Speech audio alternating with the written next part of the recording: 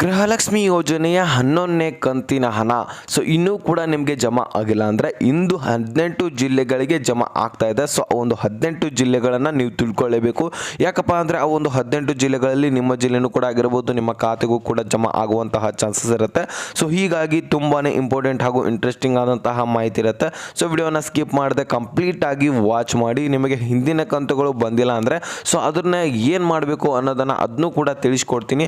ಹೀಗಾಗಿ ಕಂಪ್ಲೀಟ್ ಆಗಿ ವಾಚ್ ಮಾಡೋದ್ರ ಜೊತೆಗೆ ಚಾನಲ್ಗೆ ಸಬ್ಸ್ಕ್ರೈಬ್ ಮಾಡಿಲ್ಲ ಅಂದರೆ ಬೇಗನೆ ಸಬ್ಸ್ಕ್ರೈಬ್ ಮಾಡ್ಕೊಳ್ಳಿ. ವಿಡಿಯೋಕ್ಕೆ ಒಂದು ಲೈಕ್ ಕೊಟ್ಬಿಟ್ಟು ವಿಡಿಯೋನ ನೋಡಲಿಕ್ಕೆ ಸ್ಟಾರ್ಟ್ ಮಾಡಿ. ಈಗ ನಾನು ಡೈರೆಕ್ಟಾಗಿ ಪಾಯಿಂಟ್ಗೆ ಬಂದುಬಿಡ್ತೀನಿ. ಇಲ್ಲಿ ನೋಡಿ ವೀಕ್ಷಕರು, ಈಗ ಕಳೆದ 2 ತಿಂಗಳಿನಿಂದ ಗೃಹಲಕ್ಷ್ಮಿ ಯೋಜನೆಯ 11ನೇ ಕಂತಿನ ಹಣ ಯಾರಿಗೂ ಕೂಡ ಜಮಾ ಆಗಿಲ್ಲ.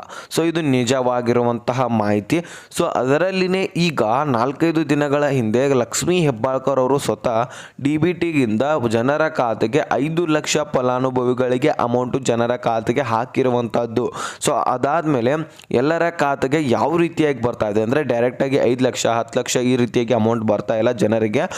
ಕೆಲವೊಂದಿಷ್ಟು ತಾಲೂಕಿನಲ್ಲಿರುವ, ಕೆಲವಿಷ್ಟು ಜಿಲ್ಲೆಯಲ್ಲಿ, ಕೆಲವೊಂದಿಷ್ಟು ಗ್ರಾಮದಲ್ಲಿರುವಂತಹ ಜನರಿಗೆ ಮಾತ್ರ ಅಮೌಂಟು ಹಾಕ್ತಾ ಇರುವಂಥದ್ದು.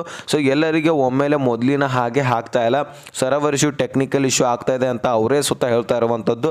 ಅದನ್ನು ನಾನು ನಿಮಗೆ ತಿಳಿಸ್ಕೊಡ್ತಾ ಇದ್ದೀನಿ. ಆದರೆ ನಿಮಗೆ ಅರ್ಥ ಆಗ್ತಾ ಇಲ್ಲ. ಕೆಲವೊಂದಿಷ್ಟು ಜನರಿಗೆ ಅಮೌಂಟ್ ಹೋಗ್ತಾ ಇಲ್ಲ, ಅವ್ರೇನು ಅನ್ಕೋತಾ ಇದ್ದಾರೆ ಫೇಕ್ ನ್ಯೂಸ್ ಅಂತ. ನಿಜವಾಗಿರುವಂಥದ್ದು ಇದೇನೆ, ಇದನ್ನ ಬಿಟ್ಟರೆ ಬೇರೆ ಆಪ್ಷನ್ ಇಲ್ಲ. ಇದನ್ನೇ ಅವ್ರು ಹೇಳ್ತಾ ಇದ್ದಾರೆ, ಅದನ್ನೇ ನಾನು ನಿಮಗೆ ತಿಳಿಸ್ಕೊಡ್ತಾ ಇದ್ದೀನಿ. ನಿಮ್ಮ ಖಾತೆಗೆ ಜಮಾ ಆಗಿಲ್ಲ ಅಂದರೆ ಏನು ಮಾಡ್ಲಿಕ್ಕೆ ಬರಲ್ಲ. ನಿಮ್ಮ ಡಾಕ್ಯುಮೆಂಟ್ಸ್ಗಳನ್ನು ಕ್ಲಿಯರ್ ಇದಾವೆ ಇಲ್ವೋ ಒಂದು ಸಾರಿ ಚೆಕ್ ಮಾಡ್ಕೊಳ್ಳಿ. ಅಂದರೆ ಏನಾದರೂ ತಿದ್ದುಪಡಿ ಮಾಡ್ಕೊಂಡಿರ್ತೀರ, ಈಗಾಗಲೇ 2-3 ಕಂತುಗಳು ಪಡ್ಕೊಂಡಿರ್ತೀರ. ಅದಾದಮೇಲೆ ಯಾವುದಾದ್ರೂ ಡಾಕ್ಯುಮೆಂಟ್ಸ್ಗಳನ್ನು ನೀವು ಕರೆಕ್ಷನ್ ತಿದ್ದುಪಡಿ ಮಾಡ್ಕೊಂಡಿದ್ದೆ ಆದರೆ ನೀವು ಗೃಹಲಕ್ಷ್ಮಿ ಯೋಜನೆಗೆ ಮತ್ತೊಂದು ಸಾರಿ ಅರ್ಜಿಯನ್ನು ಸಲ್ಲಿಸಬೇಕಂತ ಸ್ವತಃ ಲಕ್ಷ್ಮೀ ಹೆಬ್ಬಾಳ್ಕರ್ ಅವರು ಹೇಳಿದ್ದಾರೆ. ನೀವೇನು ಮಾಡಬೇಕು, ಅರ್ಜಿಯನ್ನು ಸಲ್ಲಿಸಿದ ನಂತರ ನಿಮಗೆ ಮುಂದಿನ ತಿಂಗಳು ಹಿಡ್ಕೊಂಡು ಅಥವಾ ಈ ಒಂದು 11ನೇ ಕಂತಿನ ಹಿಡ್ಕೊಂಡೇ ಅಮೌಂಟ್ ಬರಲಿಕ್ಕೆ ಸ್ಟಾರ್ಟ್ ಆಗುತ್ತೆ.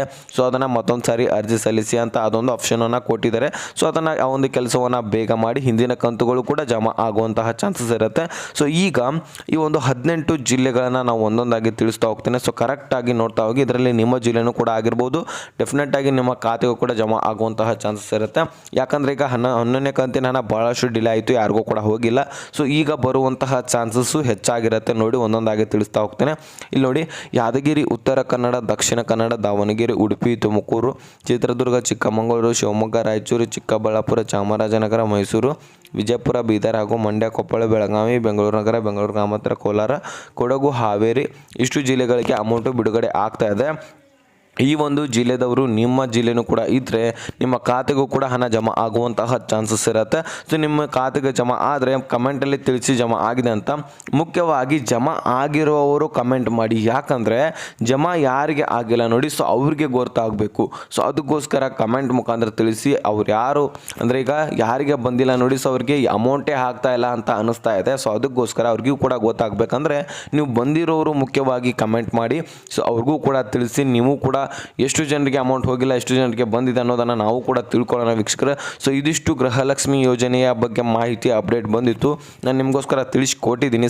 ಇಷ್ಟ ಆಗಿದ್ರೆ, ನಿಮಗೆ ಅರ್ಥ ಆಗಿದ್ರೆ ಲೈಕ್ ಮಾಡಿ, ನಿಮ್ಮ ಸ್ನೇಹಿತರಿಗೆ ಶೇರ್ ಮಾಡಿ, ಹಾಗೆ ಸಬ್ಸ್ಕ್ರೈಬ್ ಮಾಡಿ ಅಂತ ಮತ್ತು ಮುಂದಿನ ಮಾಹಿತಿ ಸಿಗೋಣ. ಅಲ್ಲಿ ತನಕ bye bye, take care friends.